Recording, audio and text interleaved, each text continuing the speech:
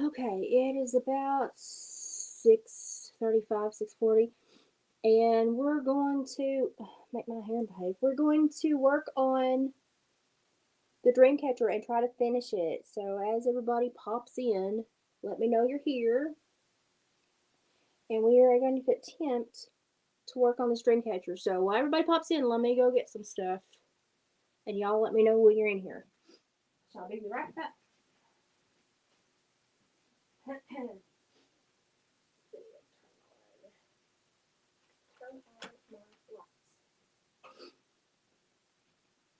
Let me know when y'all get in here. I'm just getting stuff ready. Pop in and say howdy if any of you want to. We're going to be working on a dream catcher.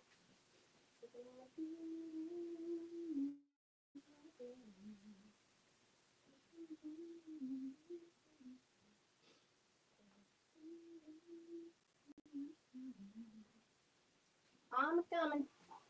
I'll be right back. Okay, I'm here. Whew, everybody say howdy when you get in here. Let me know you're in here. Say hello. My eyes are not the best tonight, so I went on StreamYard let me get back, in hopes that I could click on the comments and pull them up. That was the whole thought process behind that.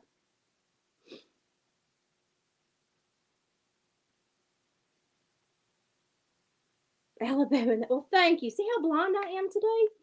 My eyes are not doing well, y'all, but that's okay. It's just part of it. I've had a kind of a bad health day, and I've not got the best eyesight. We've got Sally, Sherry, Serendipitous is in here. We've got Alabama and Oregon in the house. Awesome, guys. So we're gonna be finishing this dream catcher. Um, I've thought about it, thought about it, thought about it, and I went out and plucked a pheasant. I had a pheasant plucking day.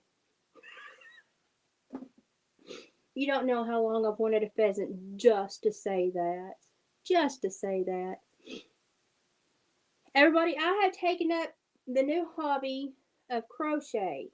And minus the cussing when I first was learning it, I think it's going well. Minus the cussing. I did not have a quiet first week, but now I'm doing really well at it. I have made two turtles, two rabbits, a dinosaur, and I'm working on the next turtle for my physical therapist because I'm a nice person like that. Can't you believe it? I don't know. Some of you probably can't, but I wanted to let everybody hop in, and I wanted to talk about what all happened today. So I guess Pam Bondi's on the warpath, and I can say that because I'm part Cherokee. Pam Bondi's on the warpath, and she should be because she knows that there's thousands of pages of an investigation, and she only got like 200, 250. Pam Bondi is not happy. So I'm anxious to see how Pam Bondi takes this into a new direction. I know she issued Cash Patel. My eyes are crap today. She issued Cash Patel a statement saying, listen, by tomorrow morning, I want to know what the crap happened. And in 2 weeks, I better have the full files. Yay for you, Pam. And I'm hoping that he complies because holy crap. It will not be a good day if he doesn't and she decides to follow through with what this administration has said. And I hope it does. We all were poised to get this information, and the information really all we got is confirmation of what we already basically thought we knew and stuff that had been leaked. So it wasn't like a huge revelation. I understand if when Pam, Miss Bondi, gets it, that she redacts certain things if there's ongoing or potential or ongoing charges. I understand that because it could screw up a court issue. It really could. So that's fine. But I'm just anxious to see how this plays out because I was like, she's mad. And her letter to Mr. Patel was very firm, and I thought, okay. And I want to know how Mr. Patel's going to come back to this because his big thing was, I'm going to go in there and clean house. Is this something that they did, telling him they were sending the full file, or they go behind his back? I want to see how he responds. And that's kind of going to be where my brain is the next couple weeks. If you go into the post page, I hate that they call it the post page. It is the community page forever and always. Um, we're going to be finishing. Actually, we're going to be finishing that dream catcher. I'm just trying to start another turtle flapper. What are they called? A sea turtle flipper fin arm. What are they called? Y'all think I'm smart. I took my makeup off, my earrings out, my hair down. Sorry y'all don't get me at my best. But I had a big day and had to have a guy out to repair my Jeep keys because apparently batteries all go dead at the same time. Chrysler, what you doing to me? So in the worst month we've had in probably 7 years, my dryer died, my Jeep keys died. Although, I sell this is, no, that's not the one. Where are they at? I sell raccoon vacuums, which y'all know what they are. There's my bag of them. They're the wee-wees off of raccoons, the bone in them. And so that guy was sitting here, and we were talking, and he was like, "Is your husband like taxidermy or something?" I said, "Well, he's a trapper channer," and I said, "This is what he does, And he was like, "Oh," he was like, "Does he do skulls?" And I said, "Well, I said it depends." I said, "If he's got his taxidermy license," I said, "he can do European mounts and stuff." I said, "But he doesn't do the full taxidermy." And I said, "Most of what he does is clean the bones." I said, "Because I like to make bone jewelry." And he said, "What kind of jewelry do you make?" And I held up my necklaces, and he said, "Does that raccoon vacuum?" And I said, "Yeah." And he said, "What do you do with them?" I said, "Well, mostly this jewelry." I said, "But every once in a while we sell them to moonshiners, which you can make so much moonshine for personal consumption a year." Hang on, I'll check the comments. And he said, "I moonshine some." And I said, "Oh, do you?" And he said, "Yeah." He said, "How much you want for those?" And I said, "I only normally get $5 to $10 depending on the size." And he said, "We'll talk about that here in a minute." And I said, "Okay." He went and fixed my Jeep, which was supposed to be like $100 fix it, my Jeep keys. He come back and he said, "How does 60 and that 2 raccoon vacuum sound?" Sounds fine to me. So I got off easy because I had novel raccoon bones in my house. Of all the things, y'all. Let's see who's saying what. You've been fighting with hospice. Oh, that's not fun. They do. They come in and they do their job with sometimes no personality whatsoever. My granny had that, and they just come and do the job almost with absolutely zero personality, and it kind of makes you mad. And if they have some personality and they talk to you, it's not as bad. You're like, "Oh, okay, yeah, you're trying to do your job." That's not as bad. I'm making these for kids, so I have to really crochet them tight because I do not want these kids picking them apart, which is all good and fine until I come to a decrease stitch, and then it makes me real mad.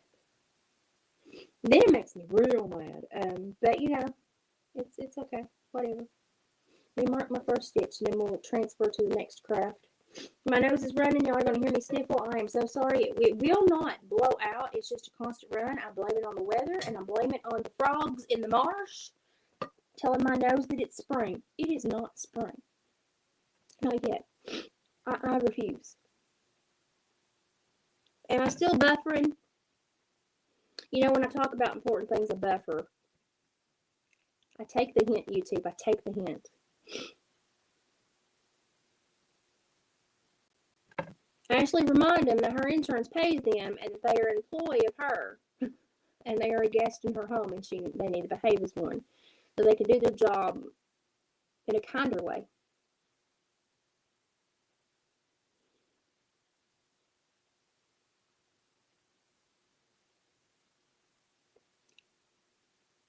Oh my goodness. Well, you tell her that just because she's comfortable with death doesn't mean everybody's comfortable with death. And when she comes into your home, she has to abide by the rules and read the room there. She doesn't get to just own whatever room she walks into. It doesn't matter what she's doing. I do not blame you for not being friendly after that. I wouldn't have been friendly after that either. It's amazing what people think they get away with. If you hear a cat meow, there's a tomcat that showed up here and he thinks he has to talk to me, and I'm like, don't talk to me. Don't talk to me. So what I've decided to do with the dangles on this dream catcher is space these pheasant feathers out between them. And if I like the way that looks, then maybe I'll go back and add some more to add fluff. But I'm going to start with the middle one. If y'all don't remember, this is what we decided on the bone and the gems for this one. And I've got the two little beads on it that glow in the dark. One in the middle, one at the top.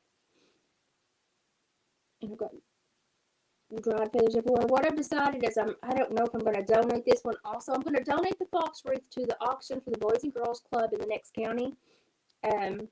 But I don't know what I'm going to do with this one yet. It depends on how it turns out and if I love it or if I don't. That's where I am on that. That is where I am on that. I want to keep these middle ones together with the biggest feather and then put all the other ones beside it. Well, no, I've got two big feathers. Let's do one each on two big feathers. That'll work. And what I'm going to do is use a gathering knot to attach the feathers. And I have two of the bigger feathers. They're not completely alike, but they're the two prettiest feathers. I had to go pluck this thing this evening. Let me tell you what. That wasn't too fun. Now then, I'm wanting to know how long to make this, and I don't rightly know how long to make it. That's about right. That'll work. And I'm going to leave the leather hanging down around the feather, but I'm going to use a gathering knot with some wax twine in a very small gauge. If you can see that, that is very small. So that it grips into the feather and into the stem.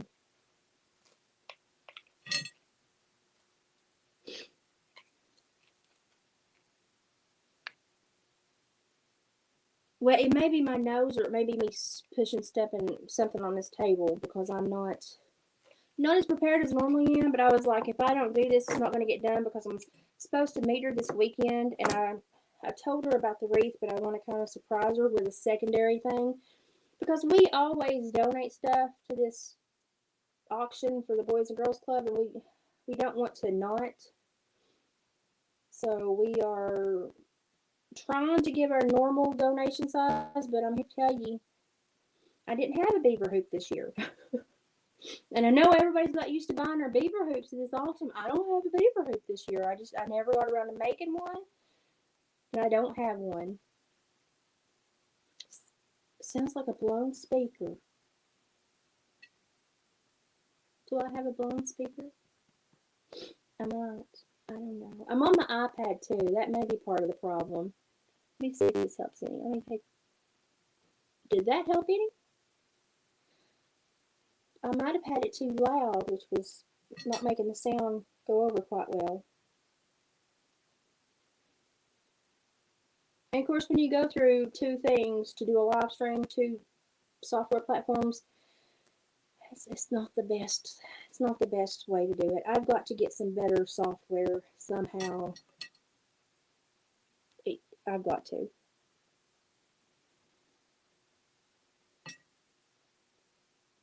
I've started in there trying to put that room together for us, and that will be nice when I get that room together. Then we'll have a dedicated space, and I won't have to sit at the kitchen table anymore.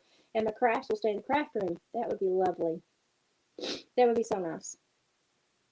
So maybe we'll get in there. I sent David to get some dinner because I have had so much go on today. I did not feel like trying to cook. I have just not had the best health day, y'all. My words have gotten lost all day. My hands have kind of been on a delay, and I've just not felt well. So I opted to buy dinner tonight. And I haven't had dinner out in a while. So it's going to be a treat because I literally have made dinner for a couple, 3 months now. Especially with all this stupid weather that's come through. And we're supposed to have severe weather next week. Ashley, batten down the hatches. It's going to get rough next week.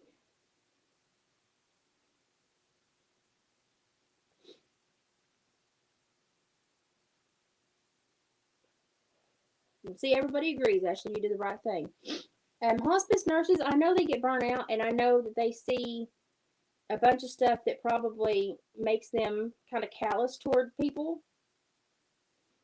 But I tell you what, when I worked in probation or parole, I made sure that if I ever had a day where I was kind of done, I would move my live people appointments. I would move those to another day because I didn't want my aversion to my job that day to bleed over into somebody's real life that was having an issue. Like when I was doing PSIs and I had to interview families and do victim impact statements and put the investigation together for the judge, I didn't want to see a family that was going through crap. And I did that upside down. Oh, see, this is my brain today. This is my brain. It isn't working. But I didn't want to see them and make them have to deal with my attitude because I was done with my job that day. So I would legit move them. And if I couldn't move them, I'd take a walk around the stupid Justice Center and clear my mind and try to get myself into a better frame of mind because I didn't want for these people, you know, who had been hurt and treated like crap by the whole system to be treated like crap by me. So I would try to get my attitude in check and start over.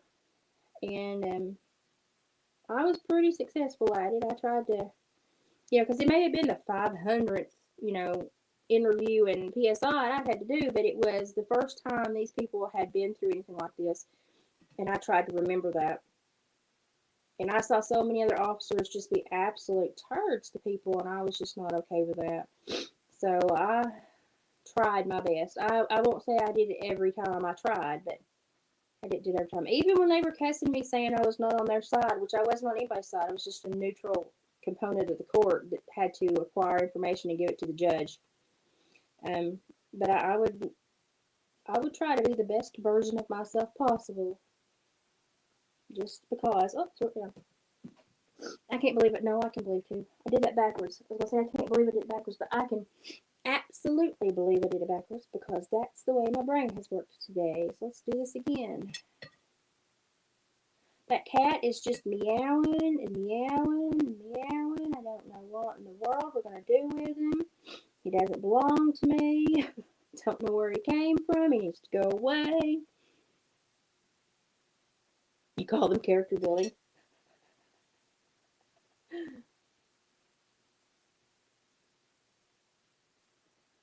I would probably, if I was Ashley, I'd be like, today is not the day to help me build my character. Go away.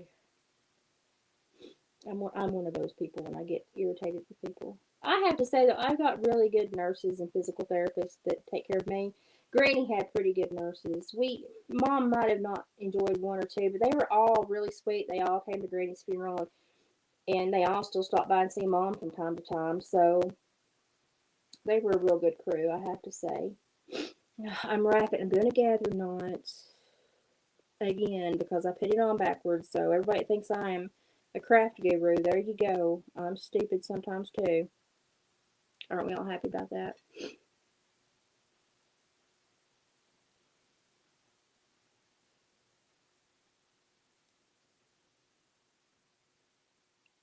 That's a good idea. I have my yard covered. I can see every angle of my yard. I only had one angle, and then when that heifer across the pasture started shooting at me, I decided it might be time to invest in more cameras. So now I have my whole yard covered. Cameras are good things, especially when you can hit record straight to your phone and save the info. If you have one that will, if you have a DVR to hook it up to, or you can, do the cloud service, which is expensive. But if you can do it, it's probably a good idea too, because then it saves, every time it kicks on, it saves the recording from what it was kicked on by.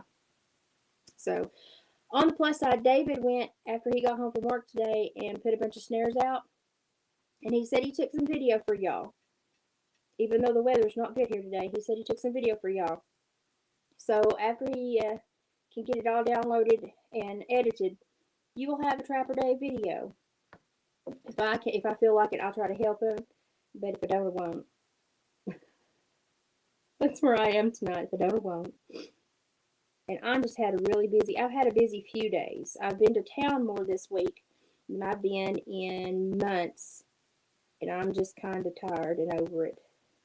And That's where I am. What have I done? I did it again. Oh, my leather fed back through. That's what happened. Okay, got it. I'm good now. Crisis averted.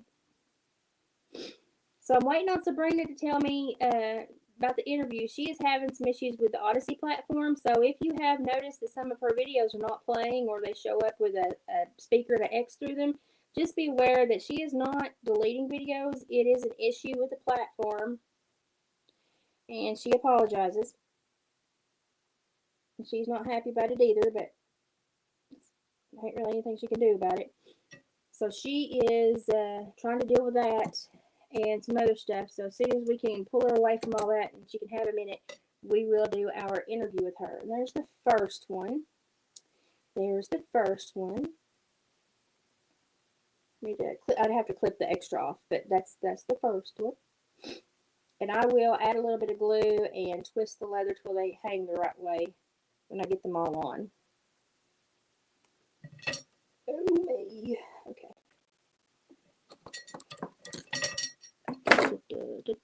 You know, when my here's a good one.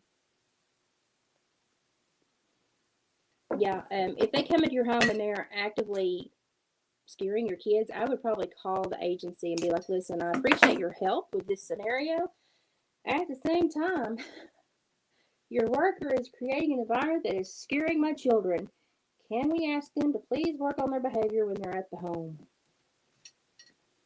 It's kind of sad that we have to constantly remind ourselves that not everybody was raised with the same, I don't know how you put it, etiquette as we were.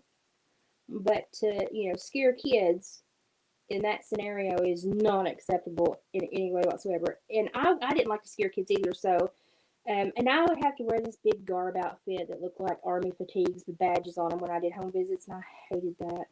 So when they saw me come in, a lot of them had been through CPS issues, which meant when they saw somebody in an outfit like that come through the door, they were immediately terrified of me. And so the first thing I would do if my guys had kids, the first time I visited, I would go over the home with a fine-tooth comb. The second time, if I was safe enough, I would actually take a minute and do something with the kids. There were so many kids when I was an officer that had Wii's and had that Just Dance game, and I would play. I would do 1 to 2 dances with them. And so they looked forward to see me coming on the road. They weren't scared of me. They knew that I was not something, that was to be feared. And it would calm them down so that then I would have the time needed to go through the home and do what I needed to do with the offender. Now, the offender had to sit in a chair in the room while I was in there. They couldn't go and try to get rid of anything or hide anything. But they were all very happy that I treated their children that kindly. I hated, a kid is going through a lot anyway to have a dad that's coming out of prison and coming back to the home after years of being away. I just hated to put those kids in that scenario and then have them be scared of me, and it was good. It was horrible. Hey, Crasco, what you doing? That's Kimbo, y'all. I will, Ashley.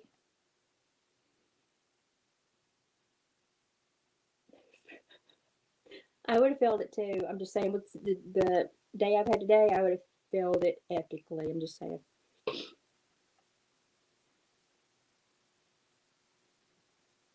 Serendipitous always has the kindest comments in the whole chat.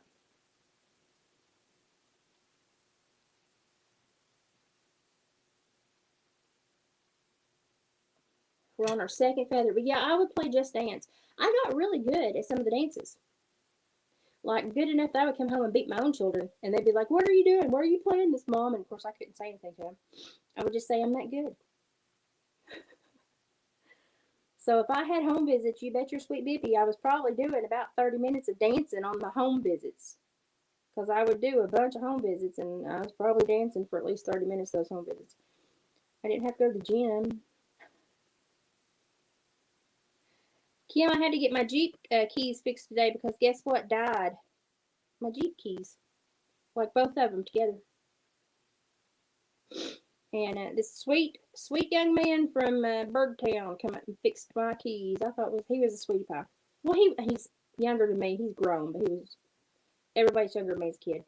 Baby doll. He was very nice though. Very, very nice. Very quick to do it. Did a good job. Was super personable in the home. I was tickled with him. We had a good visit. He cut my bill because he wanted raccoon vacuum. Boy, I almost slipped and said it, y'all. I almost slipped and said it. Boy, you two would have loved that one. But yeah, he lowered my bill because he wanted some of those, so I had a better bill. Second one on. This is getting old. Okay. Oh, I gotta cut that first string. I'm paying attention. I swear I am. I'm just trying to get this done because I want that lady to have more than one thing from us. So there's the middle ones. And I pulled these feathers out of the pheasant myself. I did. Actually, I started to pull them out and I told David just to clip them off. Ow. Because I didn't want to have to salt the ends. I said just clip them off so I can use them now.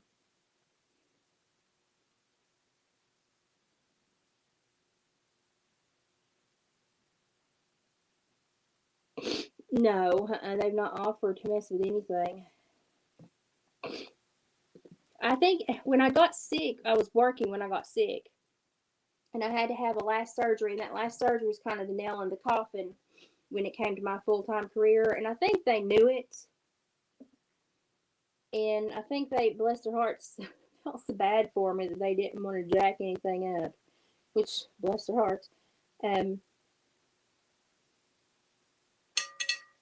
But the last 3 years, the last year I worked full time was super difficult and riddled with hospitalizations. Well, Kim can say, gosh, how many times was I in the hospital, Kim, there for a little while? It was just, gosh, every little whip stitch I was in the hospital. It was horrible. It was not pleasant. So what am I doing? 1, 2, 3, 4. It was not fun. And then I tried to do counseling. I did counseling part-time for a couple years, and I was supposed to work 9 hours. Well, I was going to do 9 to 12 clinical hours a week, just doing a youth group drug education program, an IOP drug program. Hi.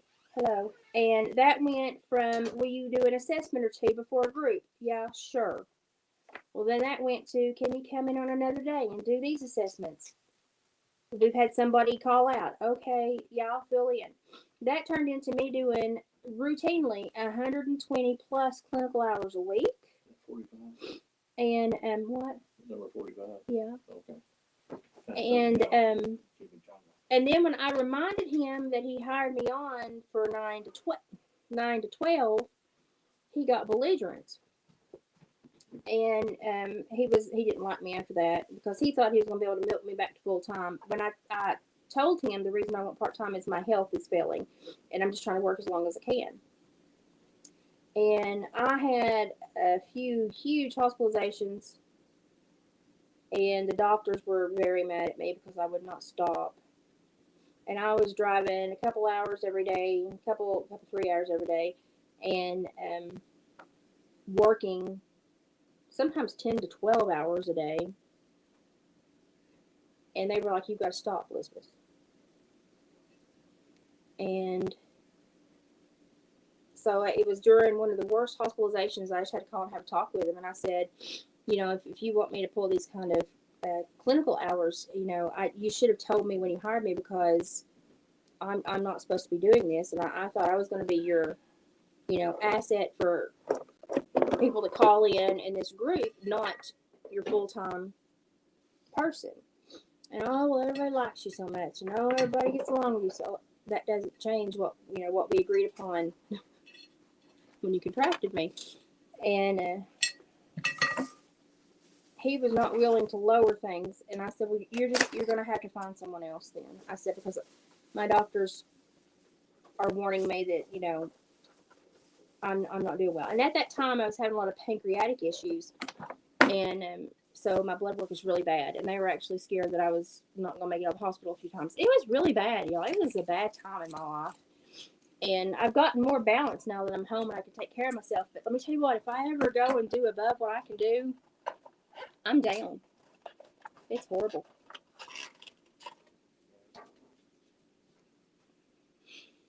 Yeah, the trolls aren't as bad when YouTube takes away your monetization. That's how that works. Let's see, I'm 3 over 1, 2, 3, I'm 3 over. I think that's right. David's gonna make noise. He's gonna eat dinner. I'm gonna wrap at least 4 more feathers before I eat. He's still got on his work gear. Come here and show me big work shirt. He'll blind you. No, it's ugly. Oh, come on, here, show him. He'll blind you, y'all. I'm on a mission. Oh, come here. I know.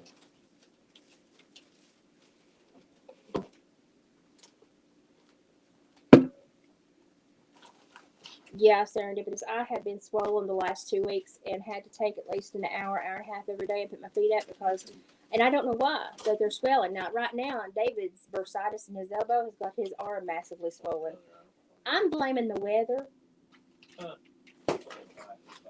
I'm blaming the weather because the weather's been absolutely crazy this year. And when I put fluid on, my blood pressure goes up, so I have to really be careful and watch myself a lot closer. My nurses watch me a lot closer too. Here's David's big old shirt. Come here. Squirrel's in here. All right. Let me tell you what, if I turn on the lamp at night and I walk anywhere by this shirt, if I fold the laundry and put it on the couch, it will blind me. I can't take it, y'all. I can't. It messes my eyes up. It's not bad if it's on him, but when it's laid down and the light reflects, holy crap, it hurts my eyes. Oh, smack myself in the face. Let me get this one and I'll show you what I'm doing. Now, I am pretty much positive that what I'm going to put on this one is the dried wheat and dried grasses and make it look as natural as possible. Ow! That's my goal with this one, to make it look as natural as possible. I may even go and get some dried twigs out of the yard and put on it. Okay. There's the 4 that I put on. I'll have to preen them a little bit when I get everything else on. I'm going to buffer them out with some of the chicken feathers I have. So this one's going to be as rustic as possible because I really like the way that turned out. So that's kind of my theme for the whole thing. So I'm just lucky this pheasant was available for plucking. I had a pheasant plucking day. I just wanted to say that again.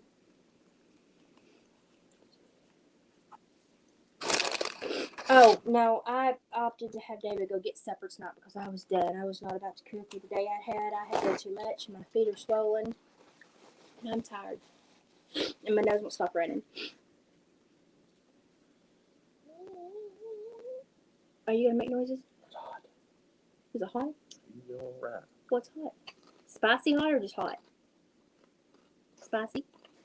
I'm one problem. Surely it's not that bad. Let's see. Sally says she can completely relate. It's not fun at all. Do you feel worse? If I try to rest and I don't succeed at resting, I feel really bad. But sometimes, like if I'm resting, I try to use that time. Like if I'm decide I'm just going to rest, I'll put my feet up, but then I'll prop myself up where I can still crochet, or I'll do research during that time. Watch a news broadcast I want to watch. But if I actually need to rest and try to catch a nap and I can't nap, I fit to be tired the rest of the day, and it seems like it compounds my problems. But I do, and sometimes I take 2 breaks a day, especially like when I'm getting wore down like this. The weather's going to change again next week. I take a couple naps and or a couple breaks. And if I get a nap once a day, that's awesome. But if I don't get to rest at least once every couple of days, then I will run down and just get worse.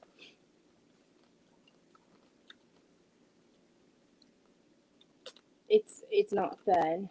My body dictates everything I do. Yeah, I've had to take off. I had 2 more rings on. I had to take them off. I had rings on this one and this one. I had to take them off. And these are much tighter than they were last week. Lots of times when I crochet, they'll spin around my fingers because that's how loose they are. And I have little rings to hold them on because I've lost so much weight. Today, they're on. And I'm like, wow, I'm pudgy today. So I've had about 8 pounds that stayed on me since I had that stomach bug. and I start to lose it, get down to where I've got like 5 pounds left on me, fluid, and then I'll start going back up. And I think it's just where I've been dilapidated since that stomach bug, and my body's not quite got back to where it needs to be. It's horrible. It's horrible. And then if I can't get the fluid off, then, we'll have other issues. And I'm trying to get to Plum because I'm supposed to be able to go see my grandbabies in about a week and a half. If y'all hear David crunching, munching, I'm sorry. I'm supposed to go see my grandbabies in about a week and a half, and it's a 7-hour car ride, so I've got to get the fluid off of me so I can sit in the car and not go down there already swollen, because that won't be good.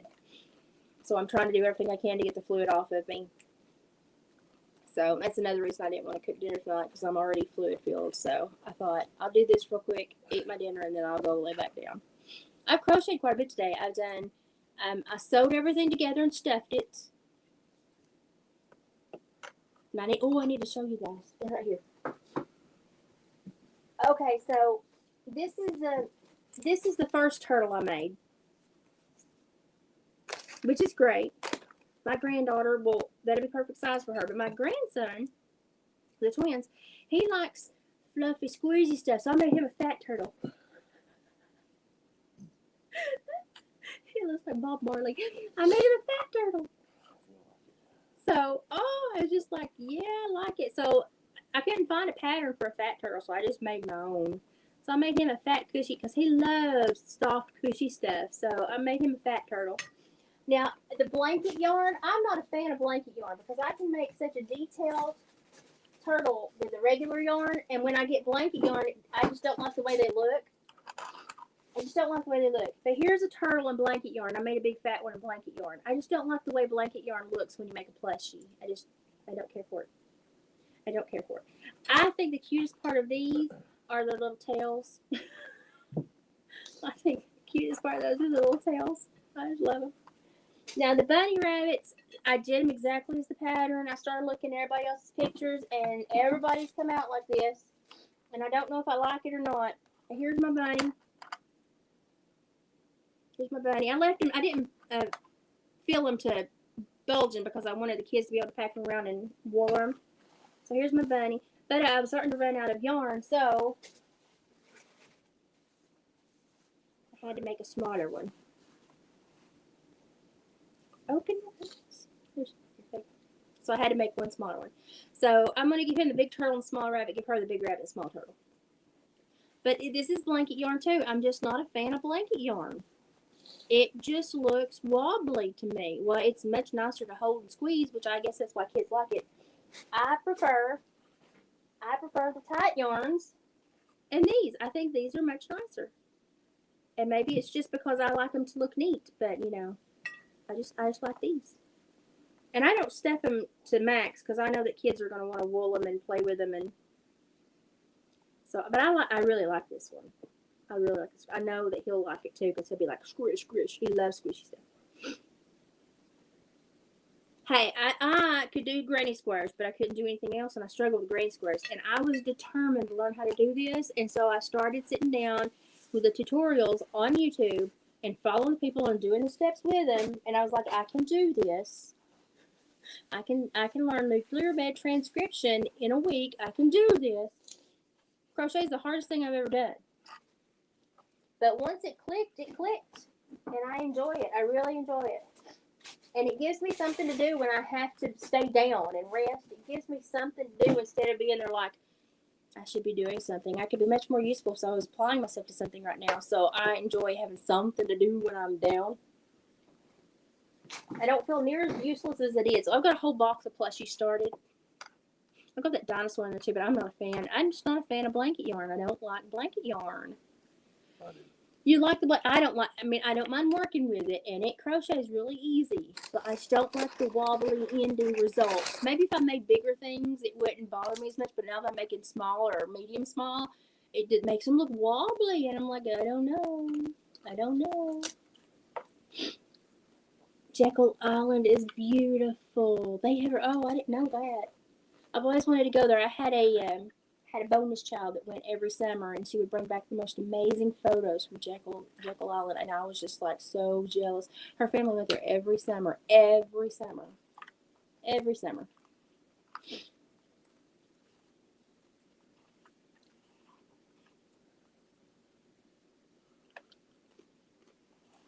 I'd love to see pictures. If anybody's been to the turtle rehab, I would love to see photos if you have them, because I bet you it was gorgeous. I've always wanted to go to Jekyll Island. I've always wanted to go to, what is it, Tibby Island in South Carolina? Yeah. I've been to some for South Carolina. Does that count? I went to the ocean in South Carolina. Does that count? I just don't travel a lot. I drove myself to Detroit, Michigan. I drove myself to, where was it we went in Georgia that one time? Me and Kim went. Where was it we went? It started with a B. Where was it we went? I drove myself halfway through Georgia to go to a concert with Kim one time. I got to take a gas. I'll sit out and go, but I just don't like to go. If I really want to go, I'll go. But if I don't, I just don't like to travel that much. Went to Ohio, and then I went to Detroit one year. I've flown to Texas and back, and just second time I've flown was that. And just hopped on the plane, thought it felt like a big Airbus. Wasn't impressed at all. Sat next to a guy who played mandolin and banjo and a bluegrass band, and we had a big old time.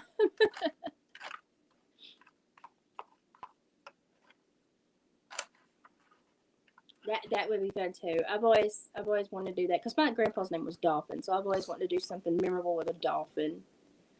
Of course, my great grandparents' name were Juba in Florida. There was a theme there. And they had, 11 kids? 10 or 11 kids. And there's only one left now. One. Isn't that sad? That is so sad. I hadn't really thought about that. I would love to swim with dolphins. That would be so neat. That would be so neat. It would also mean a lot to me because, my grandpa's name was Dolphin. Let me tell you what, if you get the Weiler's drink mixes, if you mix mango, somebody's going to think you brought beer. I'm just warning you. The mango looks just like beer. There are other things. Kind of looks like pee. David said, or other things. In a bottle.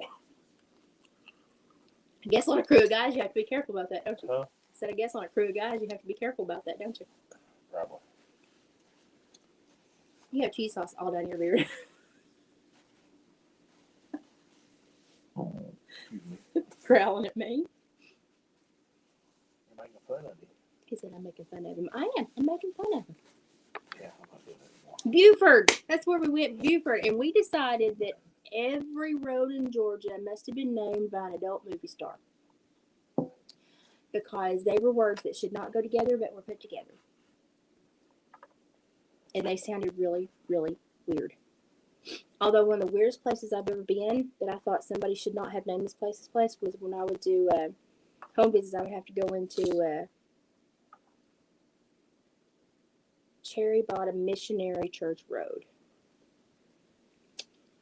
Something about those words all on the same line did not gel with me. I shouldn't like it. Oh, missed one.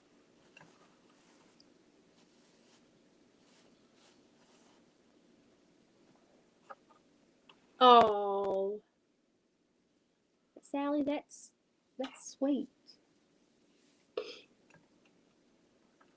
They do seem like they're smarter and got things together more than us. They really do.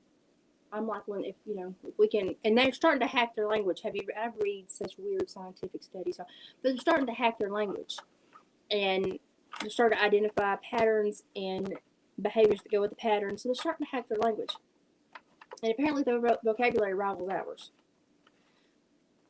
Just saying. I mean,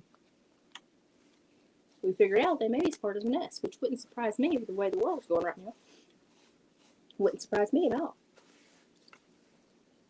Oh yeah, we were passing one of those roads, and they had some of the most horrible names. It was just words that you just would not put together normally, and we were just like, who named this place? And we decided it was adult movie stars named every road in Georgia because they were just all horrible. Why is it? I didn't know that. I learned something every day. I didn't know that. Well, that makes sense, though.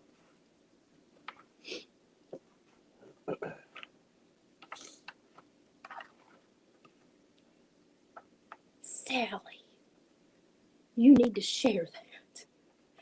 She lived in California when she was little and had her picture taken with Flipper. Who? Flipper, the dolphin on Flipper. You never watched Flipper as a kid? David has never watched Flipper. You never even watched Nick at Night and watched Flipper? No. Oh, you didn't have cable, did you? I had to work. He said, no, I had to work. He never watched Flipper. Okay, well, we'll watch Flipper. No. You might like it. I might. I watched Patty Duke, Laugh In, Stuff coming. Leave It to Beaver. I was obsessed with Donna Stone. Was that, what was that? Which one was she on? The Donna Stone, the homemaker, in one of those. She was. I thought she's just so well put together, and I like her. And I was like, that's what a lady's supposed to look like. Was Donna Stone. But Laughing was kind of my jam. But the Patty Duke show, to this day, I can sing the theme song. It's not attractive, but I can. And I will pull up the episodes on YouTube and watch them. I have no shame. Yeah, that's what got us going. This is what started the downfall of our trip to Georgia.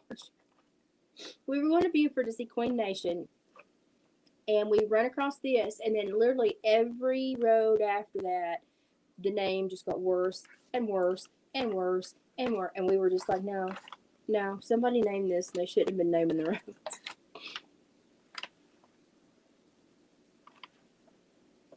I've heard that too, because in shipping passages, there are more accidents there, and it seems to like disorient them.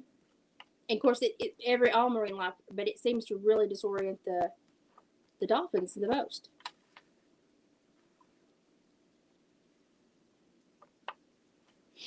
Really? Well, you still should show that. That would be an epic photo to show. That would still. Oh no. We just sold something. I got a payment notification on Etsy. Woo-hoo, but I just got everything mailed. I mean, it's a good problem to have. I'm not fussing. I wish I still. Oh, did you doggone it? We need to recreate it. You need to recreate it. You need to recreate it. Dress like you did back then. Just have somebody crochet you a life-size Flipper.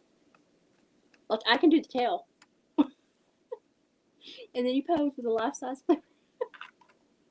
And then you get your memories back. Yes! Yeah, and this has been seen with whales. And that's why they try to leave that Pacific Avenue open during certain times of the year, because of the breeding pathway of the humpbacks and the blue whales. Because they were starting to see a lot of collisions. And so they've tried to augment the shipping schedules to where they watch out for these, and they only go certain times of the day, all because of the whales. But yeah, the dolphins struggle with it. And I think in one of the studies, when they would do certain frequencies that the dolphin, they said that they sounded agitated. I need to probably read it more into that. That's just what I remember gleaning from it.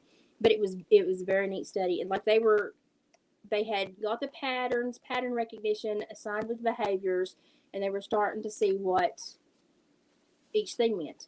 And they could go underwater and play certain patterns, and they would respond with the behavior that they saw in the ones they were studying. And I was like, hey, that's pretty neat. Look, we made somebody laugh. Yay. But yeah, I need to read. I try to consume a lot of information, and then I read a butt ton of crap. And so I read a whole lot of everything, but I need to sit down and like read just a bunch of just one thing.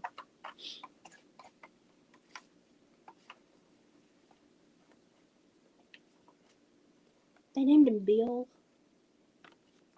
Bill Nye, the science guy. Did you know he is not a scientist? Doesn't have a background in science or anything.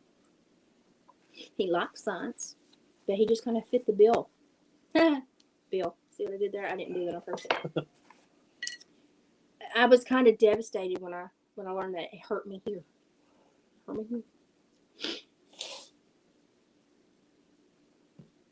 movie stars?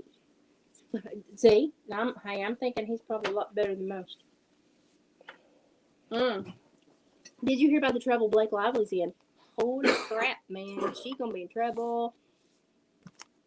Watch her get charged. Watch her get charged with like a sexual assault or something like that, or a fraud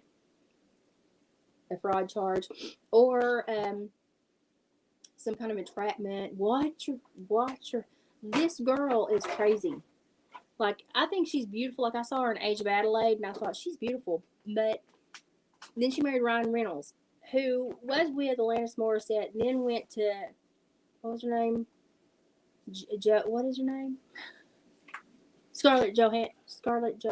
That girl. Scarlett Jo.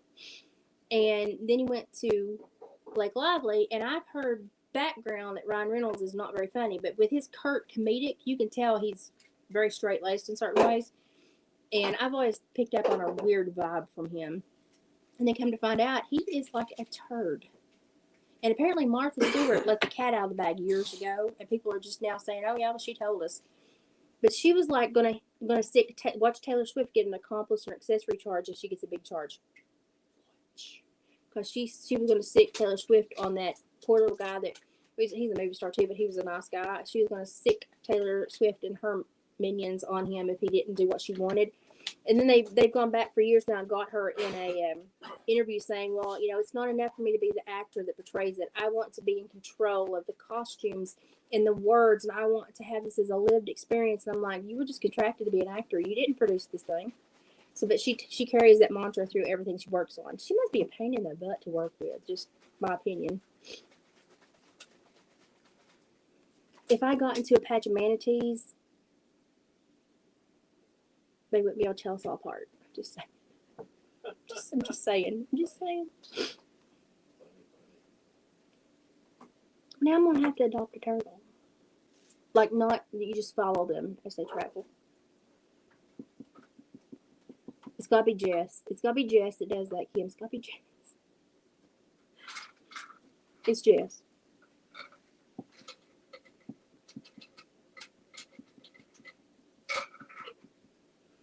I wondered about that the other day because I think neuroplasticity has been kind of the downfall of humanity, because we are so easily augmented, and we change. We change our lives, our behaviors change so easily, and we just kind of flow through it. We've had so many changes since like the mid-90s that we're just used to change. So our neuroplasticity socially has been super, super, open. And I think it's kind of done a bad thing for humanity because we expect change, we're okay with change, and we've gotten so used to change that we don't know what stability is anymore, and we don't know what focus is anymore. And when things don't match the vibe of what we've experienced, we shut it out completely, and we don't want to look at it, educate ourselves. I just think it's kind of a two-edged sword. But I thought about that the other day. I thought, is this helping me?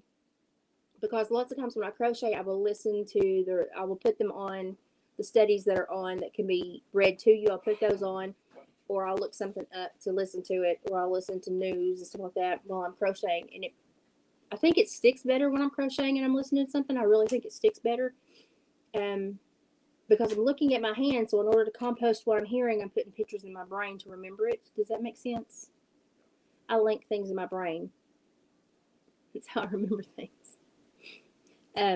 David asked me something the other day, and I said, wait, I remember. I said, it's in relation to this guy. Somehow it's in relation to this guy, because to remember the name of the place that you were wondering, I put that guy's face in my brain. It was that he and his brother worked there. That was the link. I do that. I put pictures in my brain. I don't know if it's a good thing or bad, but I put pictures in my brain. That's how I remember things.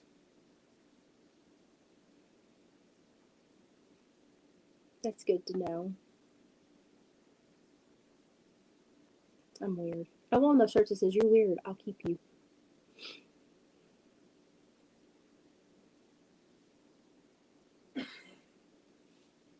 Well, this is where my neuroplasticity has probably been the downfall of me. I have absorbed so much information my entire life because I've always worked and gone to school. And so if I'm not like almost overstimulated with information, I feel underwhelmed. And I'm quite aware that I trained myself that way with working full time and going to school. And it's been one of the biggest hurdles because I was always so super busy when I worked, and now I have more time. And so I feel like I'm not accomplishing what I should be accomplishing because I'm not as stressed out as I once was, because I equated stress to a career and success, which was not healthy at all. But I think that's part of my problem. And I can, I've learned so much between the medical transcription I did, the nuclear med transcription, the veterinary medicine, the psychology, the corrections, the law. I've, I've put so much into my brain that when I'm not cramming stuff in my brain, I feel bored. And which I would say, like, that makes sense if you're like a savant. I'm not a savant. But I'm just so used to spinning my wheels so quickly that to go slow does not, it feels abnormal. And like I am not being productive. So I have to make peace with that and remind myself that I don't have to go 95 anymore. I can slow down. Oh, yeah. See, I was right. It's Jess. I told you it was Jess. Is she still like in love with Brendan Urie? I run his whole name together, Brendan Urie. Brendan Urie. Brendan Urie. She was in love with him. Like one year I got her a pillowcase that had Brendan Urie on it. Always did the weird gifts. Okay, tell him to be careful. See? Leave the cats does it. I can literally go through my mind and go through every drawer, every box, everything in this house and find anything I want. I could go through files in my head and read stuff off if I couldn't remember it. I would slow down, I would open the file in my brain, flip it open, flip the page needed, read it. I did really good on all my tests when I was in junior high. I have a great memory that retains a lot of stuff. Doesn't mean I can always apply it. So don't be jealous. Application's a different thing than memory. But, if I could like use it for some way to like make money, that would, I've not found that yet. But now I can, like, I had a butt ton of offenders. I knew them, their charge, and I would have it like a word puzzle, crossword puzzle in my brain. Their name, their charge, that's how it built in my brain. And I could remember almost everything about them. And it made my manager, who hated me, it made him furious. Because he wanted to catch me, he wanted to catch me not doing my job so he could ding me and audit me, but he never could. And he hated me for it.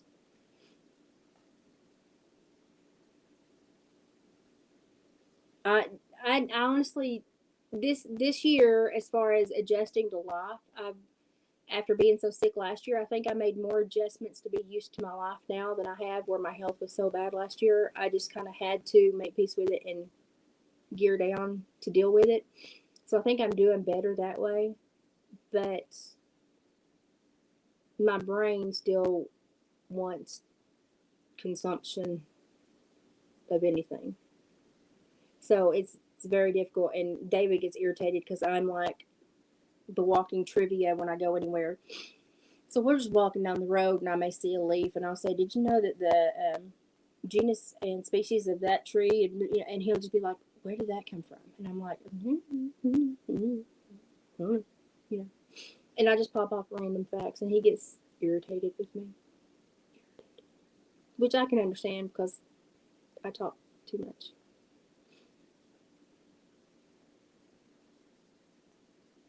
That's where it started for me. I worry about him when he's on the road, Kim. The medical field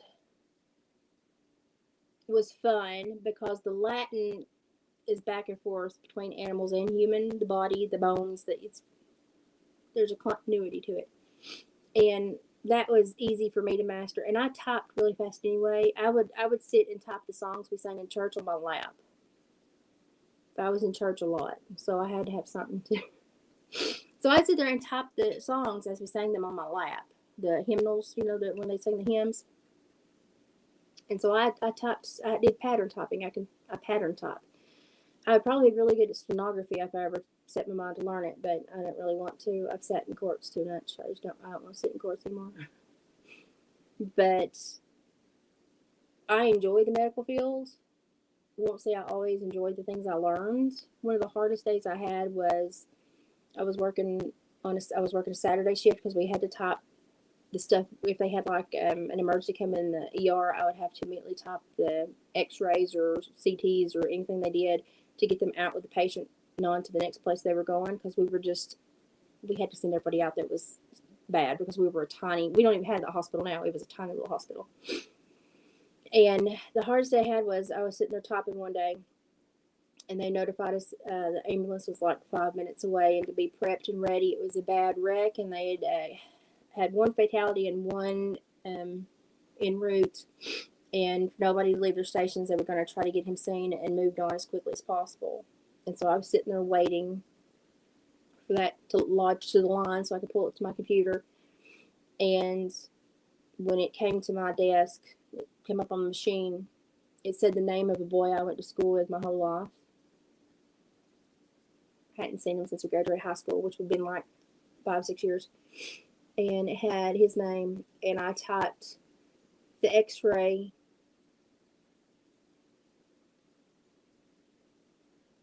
And while he was on the X-ray table, he coded and passed away.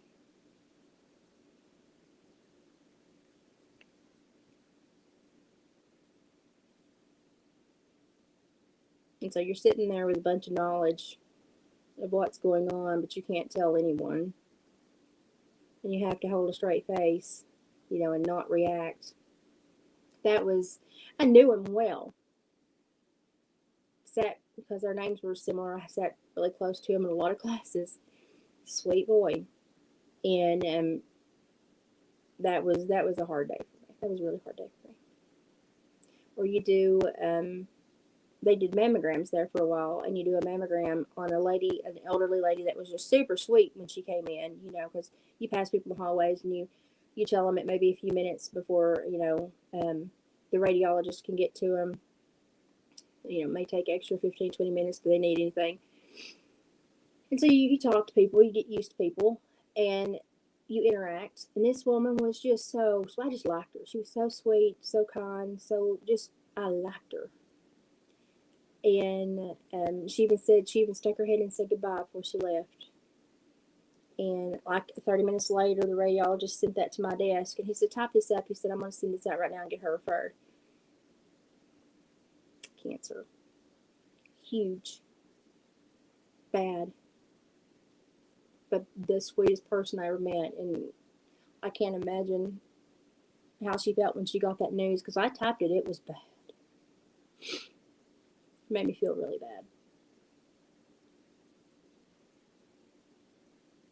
When a stressful thing happens, I'm really great in an emergency. Like, I will get through it. I'm the person that will grab everything and pull everybody else through it. But after the emergency, when all's good and I know everything's okay, I need to go break down for a minute. And then I'll be okay, and I'll get up and we'll do the next one. So I'm really great in the middle of it all. I'm awesome. Like, you want me on your team. But after I know everybody's okay, I need to step away and have a slight breakdown, and then I'll come back and I'll be fine. So I never give up in the middle of anything. I am a constant fixer, doer. I'll find a way to get through it. I never have been one to give up. I think that comes from working horses and mules and belligerent animals. Yeah, as my health has waned, I don't like to be in those positions now, because it affects me physically, and it will absolutely make my health completely go horribly wrong. So I try not to ever get stressed out now, because my health will go, and then I'll be sick for 2 weeks and struggle. So yeah, I'm really good you want me in an emergency. But after the emergency is good and I know everybody's okay, I'm going to go over here, step aside, have a moment, and then I'll be fine. Just give me a moment and then I'll be fine. But I am a problem solver. And I just can't give up.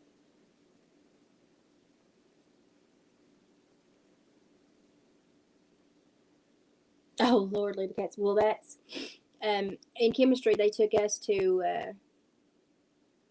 well, the chemistry teacher was a douche canoe. We'll just say that right here. Um, he was slightly abusive to the females in his classes, and I picked up on that. And I'd never spoken out or been hateful or sassed anybody in my whole life. It just wasn't how I was built when I was young. I was very quiet and very meek. And he stuck his arm around me and he had me in his arm and stuck a Hershey kiss under my face and said, "You want a kiss?" And because I had heard from the other girls and knew his pattern of behavior, it just set something off in me. And I said, "I ain't gonna kiss butt for my grade." It just came out. You know me now; it's not hard to believe. It was nobody believed it back then. Had it not been for the group with me in the classroom that was like, "What the crap did Elizabeth just say?" Nobody would have believed it. He got mad at me, sent me to the office. Wrong. So the principal's like, "Well, you're here for, sassing the teacher." And I said, he put his arm around me and alluded to an inappropriate act. I said, "You're lucky he's walking." And that was the first indicator with the principal that something was wrong. He said, "Why did you get so?" I said, "I'm going to get abrasive when anyone puts their arms around me." I said, "I didn't ask for that. I didn't welcome it." And I said, "But this has happened before." And I said, "The fact that you're blonde doesn't bode well because you're supposed to be aware of these things." They started monitoring him. And they were having a really hard time, they said, catching him with anything. Enter the algebra teacher that moved there to take this job and was not okay with the behavior of that teacher. He got a little pen that had a camera on it, and he got fired for this, but he got the other guy fired. So this guy's like a living legend to my group of high schoolers. He had a pen that had a camera on it, and it was his life's mission to catch him being inappropriate because he went to every school board meeting. He was like, "You need to get rid of this man. This man's inappropriate. These young ladies are, in harm's way." Nobody believed him because this guy was so ingrained in the community. And I was like, "It's true. He's a butthole. The guys tell you the truth." He finally caught him. He got a little pen camera and finally caught him and got the man fired. And it was like you felt a ripple in the whole community. And then they said, "We're going to have to let you go because you violated school's policy." And he was like, "That's fine." He said, "I did what I was supposed to do." And he said, "I can get a job teaching math anywhere," because he was amazing. He was so smart. And he went on, but he made a huge change in this community. And I always thought he was just a little hero in my head. That man was it.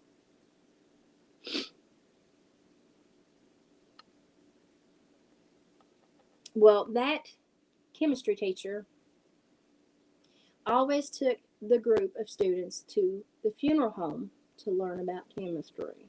Okay? The day after prom, we had junior prom. We had one of our junior classmates drown, a boy that I'd gone to school with since kindergarten. Two of the classmates that were with him tried to save him and could not. What happened was he jumped in, and where the rains and the silt had come down, he didn't think about the mud that would have been shook up at the bottom and loose. He got stuck in the mud. It sucked him in. He couldn't get out. And he drowned.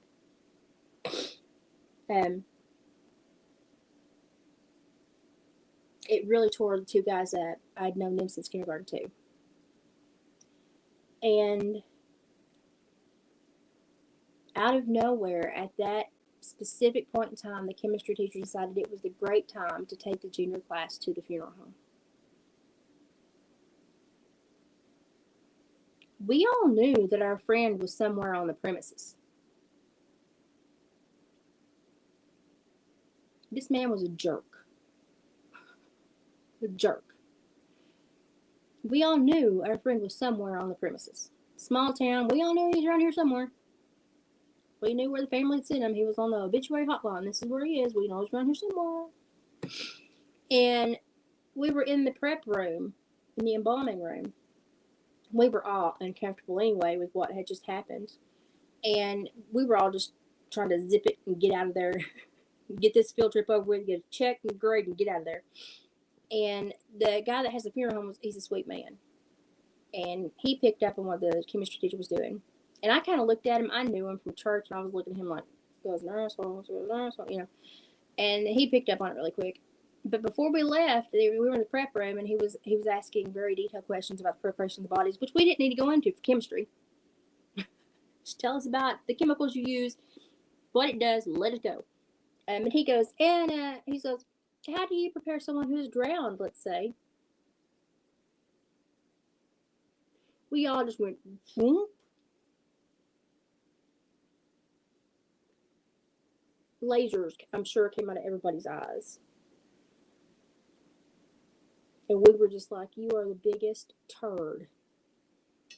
And he would not, like, we were all like looking at him, and he knew he was making us all mad. And he was like, well, it's just very important that they know the chemical reaction of a body that's drowned. And the funeral director put his head down, and he said, we put him in the cooling closet, and we lower the body's temperature, which makes the water leach out. And then the chemistry teacher said, where will the cooling closet be? Right there. And given the timeline, what had happened, we knew that our friend was in that closet. You could have heard a pin drop. We were all kind of done at that point. We were done.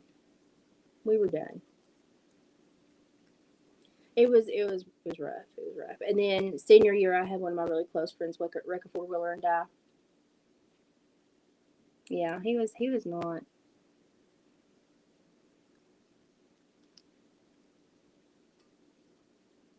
Oh, wait, I pushed the wrong button. Hang on. You had to really. Yeah, if you can't control the whole environment, you break it down to little micro environments. That's what I do. So I basically look at bubbles within a bubble.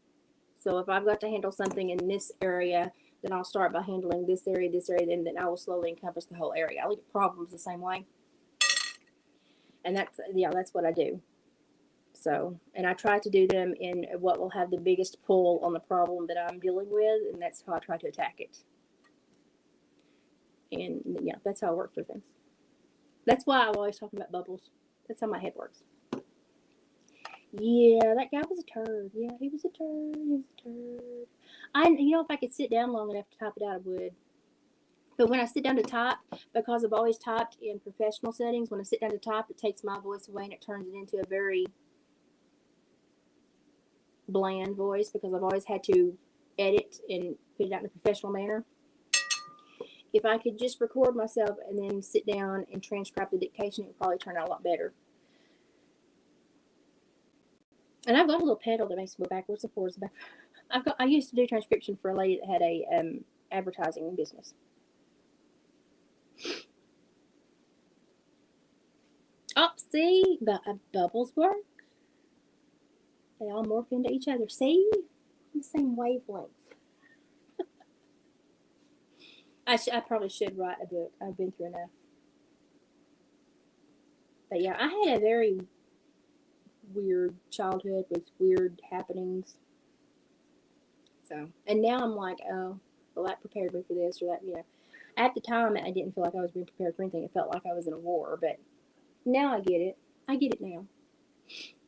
So, well, I am going to put more feathers on that, but I'm probably going to do it tomorrow.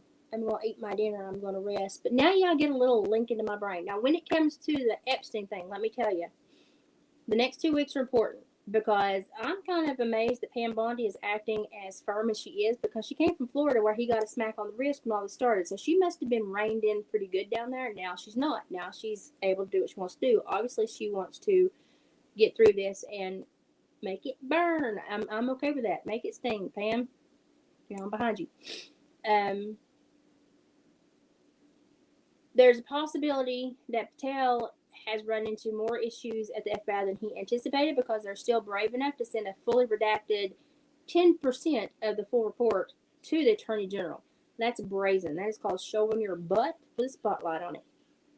So If you've seen the letter that Miss Bondi issued to Mr. Patel, she basically said, in the morning, I want every paper, and in 2 weeks, I want a report as to why this did not happen the first time. So I'm thinking that the guys at the FBI that are crooked are just trying to buy time or get rid of stuff. And so the next 2 weeks are going to be very important to our nation because the way this case is handled touches everybody. Because in some way, shape, or another, this case with this Epstein guy has been applied to everybody's life in some way, whether you're a parent or you're passionate about the judicial system or you're very upset about the trafficking of children, and it touches everybody on an emotional level. So everybody's super heightened about this. So the next 2 weeks will be very important to our nation. And if they use it right, it could bond us all together because it's an issue we all are concerned about for the right reasons. I'm anxious to see how they use it, and I'm anxious to see what the left's going to do to try to implode it. So that's kind of where I am on that. I was appalled with the people when they did the release that was redacted, and everybody was super mad and like, well, I did, duh, we weren't going to. And I was like, that's not what she requested. She requested everything. She got this. She's re-requested it and put an ultimatum out in a timeline. And now the true behavior will start. So we'll see how it goes. But she's doing the right thing. Now, we are not going to get certain information. Like I said, if there's a potential or current charge they're investigating, we're not going to get that information because we don't want to let that person know what's going on. So we might get like a rundown itemized statement of the issues, but we won't get specific details. And I'm okay as long as there are charges that are coming. Like, don't tell me any information you don't want to screw up a charge you're going to deal with, because we don't want to do anything to screw it up when it goes to court. That's fine. And people are going to have to realize that. Even at the end of the day, we don't get the full context. We get what is allowed by the court to be released publicly. And there are certain things that stay with the court sealed. And that's to protect the victim or an ongoing investigation, all that stuff. So we're not going to get everything. And we don't need to know the nitty-gritties. Our imaginations are bad enough right there. So everybody is going to have to sit back and say, okay, these are my expectations, but I'm probably going to be here with what I get. And I'm going to have to be okay with that, because I'm going to have to focus on the longevity of the issue and what we can get long-term instead of what I want right now. And I don't know if America is able to do that as a whole, because we're all three. But we'll see. But the next 2 weeks are going to be big. And I want to see some charges drop. And Miss Bondi, if you didn't get what you wanted, and there's a name on that faxed that to you incomplete, go ahead and pull that person into custody. And then start pulling them all into custody, because that was direct subordination. Just go ahead and smack them real good. Oh yeah, it's going to get there. We have to understand that we never get all the information unless you work in court and can read the file. I'm here to tell you, you don't want all the information. You get enough at the end of the day, your imagination can do the rest. I'm hoping. That's my hope too. I'm hoping. We've had whistleblowers, so I'm thinking somebody stashed something somewhere.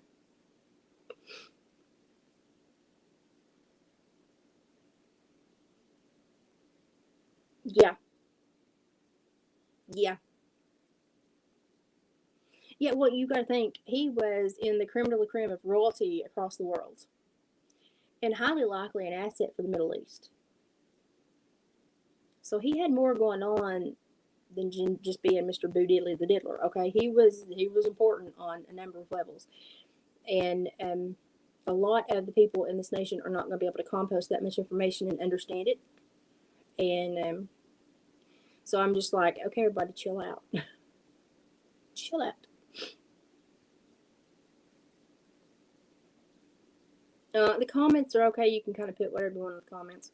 They'll just pull it if they don't want it on here.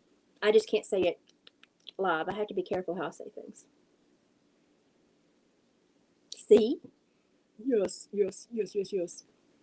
I'm glad y'all read. So glad y'all read. The little guy that fixed my Jeep keys today, I said little guy, he was grown. Well-read young man. I give him an A plus. He knew all this too. I actually referred him to the Synergy channel. We were talking about CRISPR. Of all things to talk about when somebody's fixing your Jeep key, it was a good conversation. He was a very, very intelligent young man. So that was nice. It was nice. Yeah, and listen. I have for some reason I don't like Tori. I'm trying. I don't mind what she says, and I sometimes like to listen to her. I just there's something there that I don't like, and I don't know what it is. Maybe one day I will, or maybe it's just me being a complete turd. I don't know. I'm trying to figure it out, but for some reason I have an aversion. I don't know why. I don't. She's never done anything that's made me not like her. There's just something that doesn't hit right, and I don't know what it is. And I don't know if it's something to be fixed on her end or my end. Could be my end. I don't know. I'm just trying to lay that out there and deal with it. But I listen to them both, but I prefer Sabrina. But it's because I know Sabrina and I know how she vets her information and how she goes through all that. I mean, she's just she really puts so much work into that to make sure she's bringing you valid, good stuff. And I trust her. I trust her. Well, I'm just telling. There's something there I don't like, but I don't know if it's her or just me having a preconceived notion. I don't know yet, so I'm just filling it out.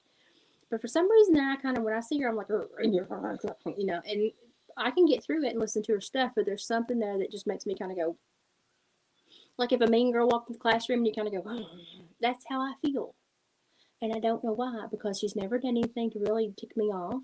Some of her followers have had poor behaviors, but she's not. So I'm like, is it something I dreamed up or is it something I actually feel? I don't know. More to come on that later when I figure it out. I don't know. It could just be me being a turd. Completely possible. So, but that's just how I feel, and I always change how I feel. I just kind of when she pops on, I'm kind of like, eh.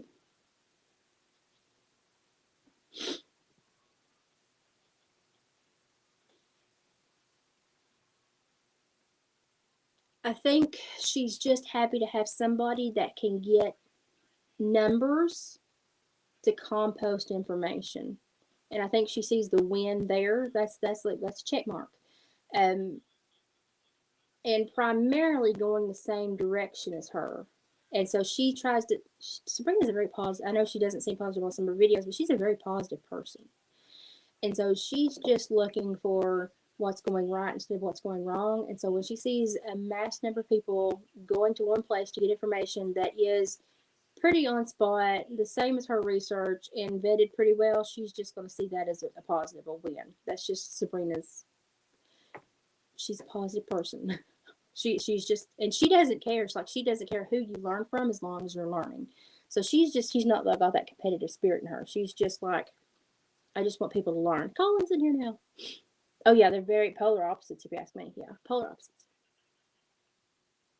Oh, the cat wake you up. I've got a tomcat that's chasing my little female. I say my little.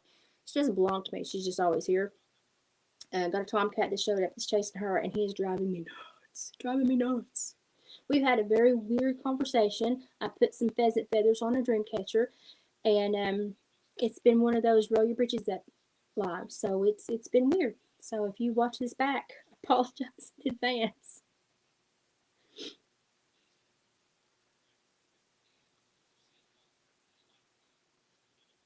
I am not, like I said in the other thing, I am not okay with AI. I'm not okay that Trump's administration is so invested financially, mentally, and emotionally in AI. I'm not okay with that, and maybe he's trying to get ahead of the curve and have more power in it so he can take it in a more positive direction. I just say drop it. Just drop it. Letting something supersede us intellectually, even thinking it does. I just say there's no win. There's no win. Because look at us. When we think somebody's smarter than us, we immediately hate them. It's okay if you can put a target on the person you dislike and you can handle it. What happens when we can't put a target on it because it doesn't exist? We're just going to further implode society because you're going to make a target, and if you can't put a target on your target, you're going to create a target, and that target's going to have to be a human being because that's all you know how to fight. So you want to see how stupid humans are? Just wait. AI doesn't have to do anything except exist to make us turn on each other because we'll have to blame somebody for being the idiot. We're all going to be idiots then.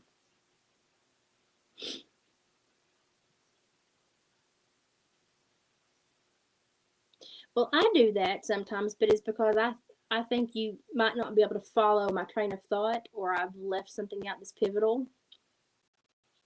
I do that sometimes.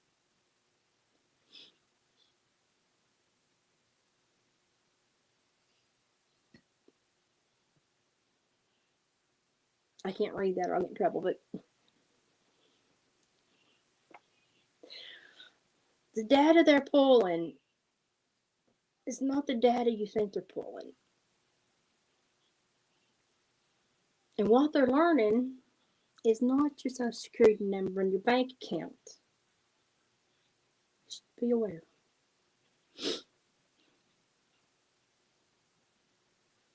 I know, but I normally don't have aversions. Like I have to meet somebody to really fill them out, and then I take a while to develop, a feeling about people.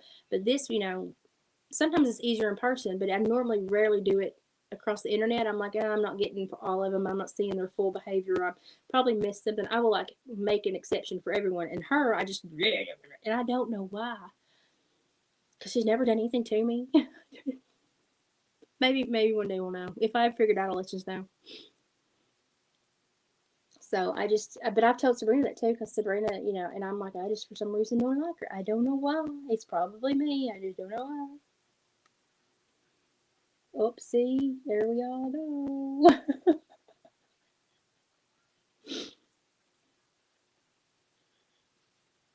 We're all here for a reason. We've all pulled in the people we pulled in this channel for a reason. And I know that some days when I'm cooking and crafting, I know I sound like an idiot. I do that to appease people that could stop my channel. And if I only sprinkle stuff in ever so often, and with my twang, if you notice I say something real important, I twang it up. Accents are hard to understand. So that's why I do enough normalcy in the middle, because it calms everybody down. And then I'll pop out and we'll have one of those really wade out into the water and let it wash over you lives. And so I have to, y'all have figured me out.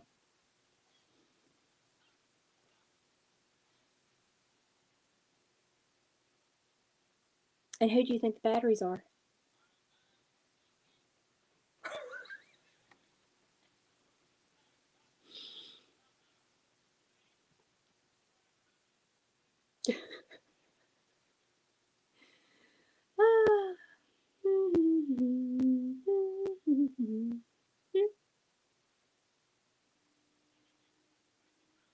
I have to, because it blocks the automatic reading listening. So if I twang it up, nobody that's listening understands. But they don't hear enough to be concerned about to spit it to a human review. So there you go. Now you know. But I am twanging anyway, but I just amp it up a little bit. Mm-hmm. Well, we're almost getting there in some ways. Getting there. We do a lot. Getting there. I'm not a wind talker, but we're getting there. This platform has taught me a lot. A lot.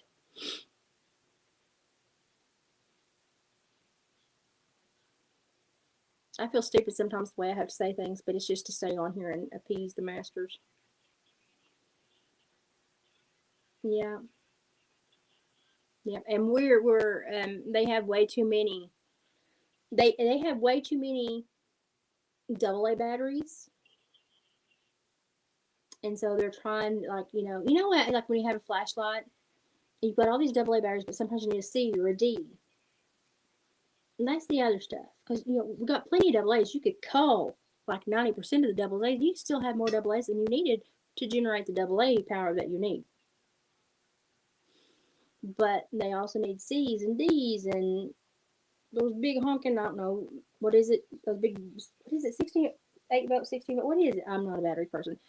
Anyway, I had a 1500-watt linear one time hooked up on my CB radio, and stupid me turned it on and then realized it was storm the other day, and we had unhooked the antenna. And I went to plug the antenna back on without unplugging it. That hurt worse than grabbing a coal to see if my coal was busted on my vehicle. Woo! But they're needing different sizes, not a double A doesn't go in everything. And they're only useful for certain things. But if you look also at batteries now, you can get a double A and you get those converters and smash 4 double A's in there and you can have 1C. I kind of feel that something like that is occurring right now. Hi, Margaret.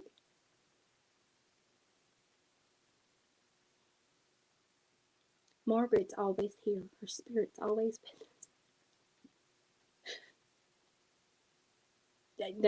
Why would they tell people I'm talking? Yeah. And that is, tell me if I'm wrong, but I think that this right here that Margaret's speaking about is the after effects of the manifestation to create the energy pulses within society, and then that's the leftover, and that's what occurs. That's kind of like the after effects. That's how I think of it anyway. And then sometimes they may need a surge of emotional energy, so they create things so we surge up and give certain emotional energy. That's why I never give anybody your energy. If they want an emotion, they're trying to control you or get something from you, drop her into low and don't give it to them. And I'm a turd, I know, but it just always try to be in power.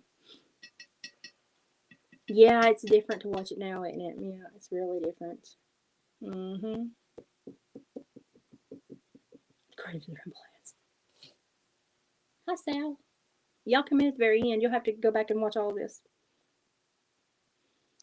What is it? The polyacrylate hydrogels? Yeah, polyacrylic hydrogels, polyacrylate. I've heard them. I've seen them called both. Margaret speaks my language.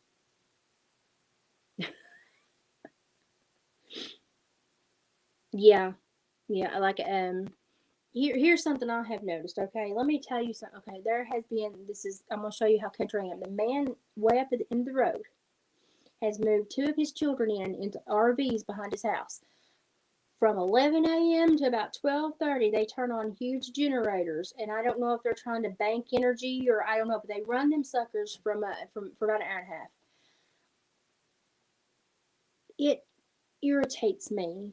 The boom, boom, boom, boom, boom. I can feel it in my house, and I almost always get like a mild headache from it.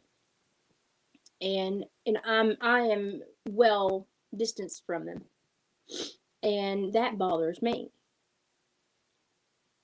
That bothers me a lot.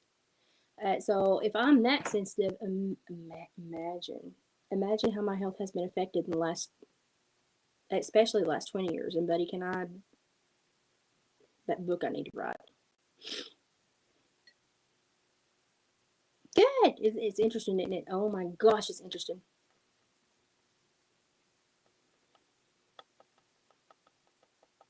Mm-hmm. Y'all give the best information in the comments, and I can't say a lot of that, but it's good that y'all do because y'all still need to learn it. Yeah, juxtaposition's really good too. Juxtaposition makes me giggle every once in a while. Who was it that did the poop emoji with Sabrina's voice behind it? Because that was epic. That was like the best thing ever. That was awesome.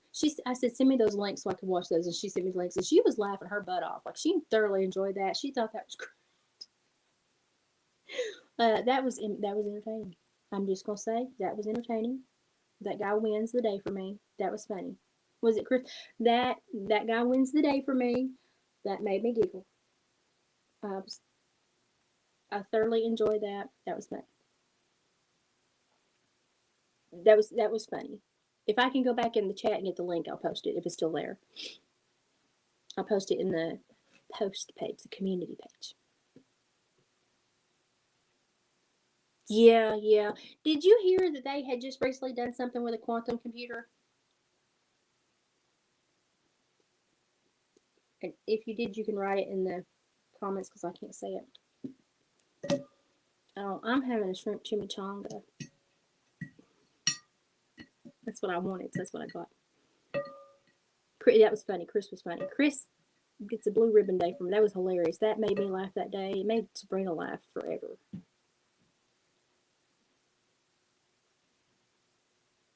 What was it? They have a quantum. Okay, they did something with a quantum computer just in the last couple 3 weeks.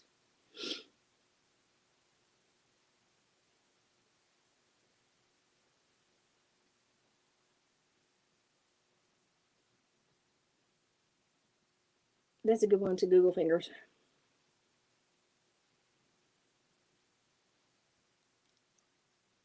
It's interesting reading. Interesting. Okay, I'm going to shut up there because I think I've given you enough homework.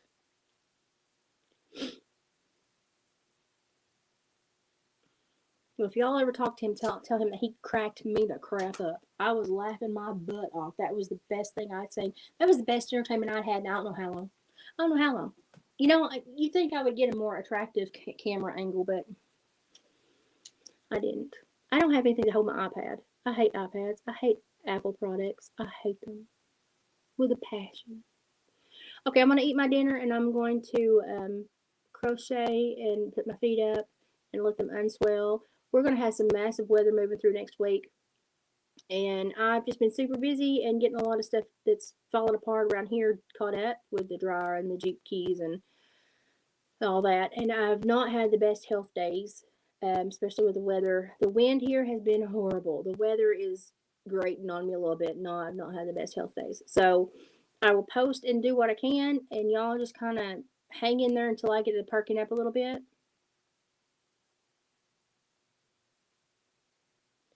The Synergy on Odyssey is the best site for Sabrina, and she does her biofield practice over there too.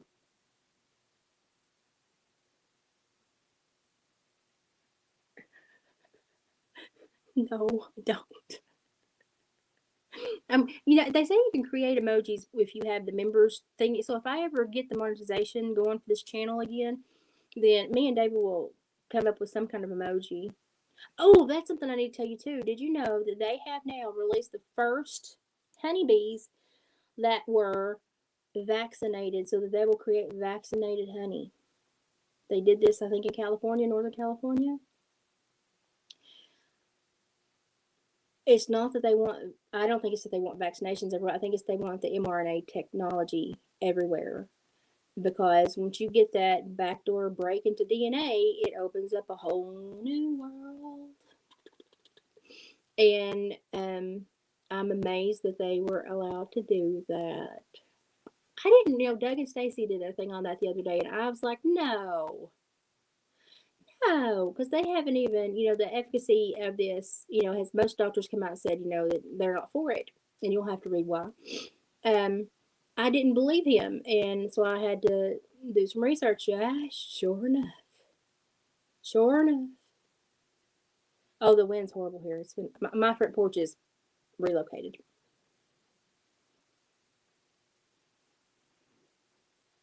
There you go. Was you? I need to go and get caught up. I normally go through Sabrina's stuff at night and just compost them all. And I send her like 5,000 messages at night, and she has to catch up with them the next morning. But we're working toward getting that interview line back up. I have to work on her timetable because she is so busy and she got so many irons in the fire. I'll get there, I promise. Uh-oh.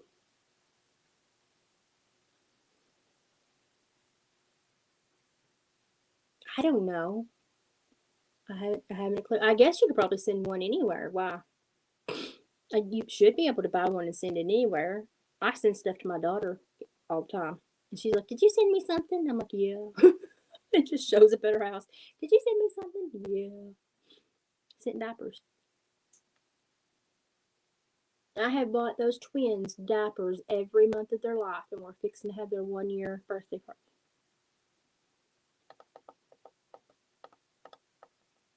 I'm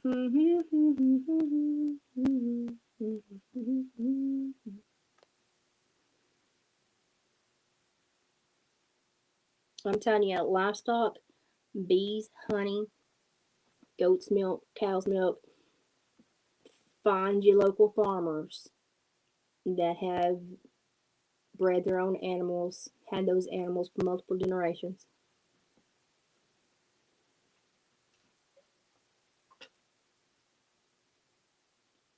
Well, this going on with the chickens, they're trying to put these things in eggs too.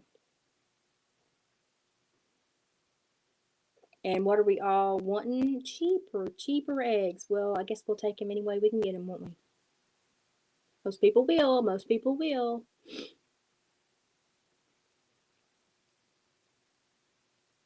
That's sad. Bees are so important, but yeah, I have an idea that it's going to end bad either way it goes for the bees or for us.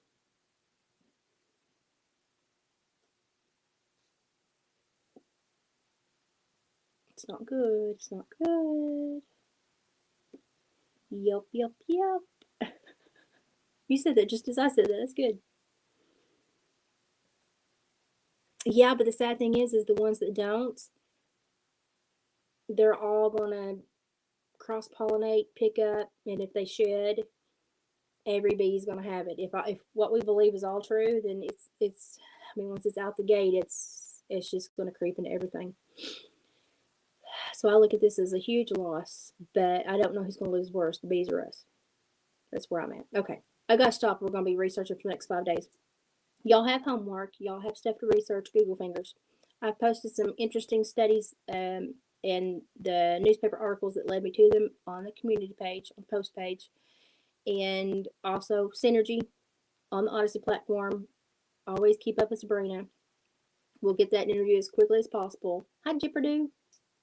And we'll get back into a rhythm as soon as this weather moves through, and I have some better days. Right now, I'm swollen. I don't feel good. The wind is knocking the house around, and my front porch is rearranged, and I'm just super sensitive right now and not feeling the greatest.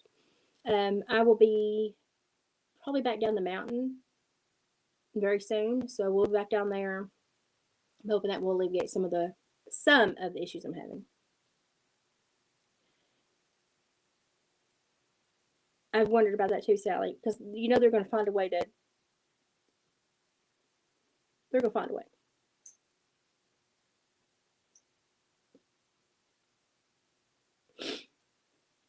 I love it when y'all have cross conversations.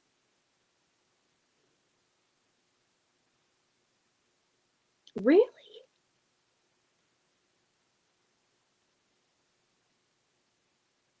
Well, I've never seen an international shipping option on Amazon.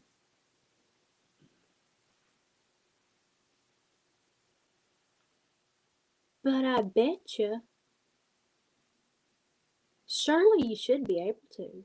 Because there are people that go on like tour with like the Cirque du Soleil stuff. They send stuff to each other. Like they'll send it to another place so it'll be there when they get there. So you surely.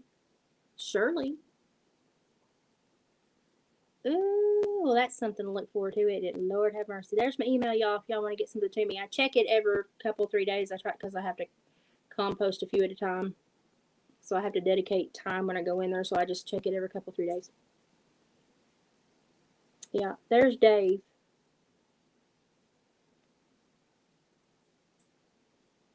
So yeah, there's some way you can. Maybe I'm gonna have to. That'd be my homework.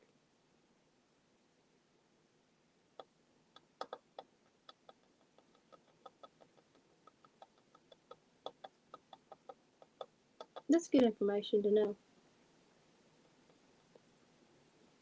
Y'all are such good friends. It cracks me up. I know. I have to speak the language. I know. I think they will now that I'm doing better because I was kind of after I had that stomach bug I just was sick and now I'm feeling better but I'm just super sensitive and swollen still so it'll go away in a few days I'll feel better. Um, but the weather's going to come through next week.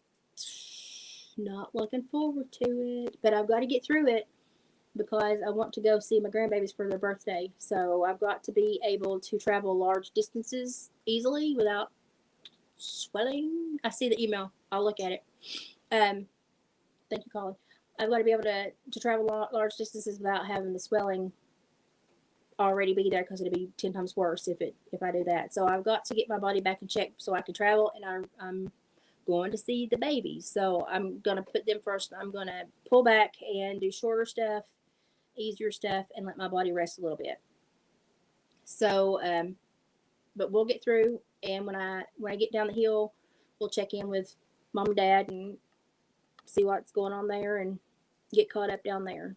I'm a nomad. I just live everywhere. Exactly. Isn't that the truth? I found so much new meaning in songs now. Okay, I'm going to call it an evening. Y'all have your homework and your links on the community's post page to look at. Keep digging, keep up with Sabrina, keep reading. India's country has some of the best, most neutral, and informative news. I go there for a lot because they have a good consensus of emotional behavior for all the countries. So, is that good or bad? Because it means various things when I say it. Well, you have to have the inflection when you say it. But keep up with the news. The next 14 days are going to be big in this nation, and just watch everybody's behavior. Wait for the next thing to come up to take our attention, see how the left side is going to spin all this, because I really honestly think days are numbered for a lot of the politicians because of the behavior that's coming out and the majority of the population that's done with it. But they're going to have to spin it on their way out to reduce the damage. So I'm wanting to see how they buffer it. So the next 14 days, y'all, keep your eyes peeled, your butt down. Pay attention. Okay, I'm going to eat my dinner. Y'all have a great night. I'll catch you when I get to feeling a little bit better. And we'll do another cooking show. Maybe get Mom to do some bread while I'm down there. We'll do that as soon as I get situated too. So y'all have a great night. Colin, I'll read the email and I'll respond. Hey, sometimes you just got to do what you got to do. I don't know if I belong in that category though, but it's nice. I'll take that as a compliment. Y'all have a great night and tomorrow, and we'll get back into normal stuff as I get feeling better. Just watch the short stuff, stay in contact, and we'll get back at it. We'll get Mom on a cooking channel here very soon, okay? Y'all have a good evening. I'm going to go eat my shrimp. Bye, guys.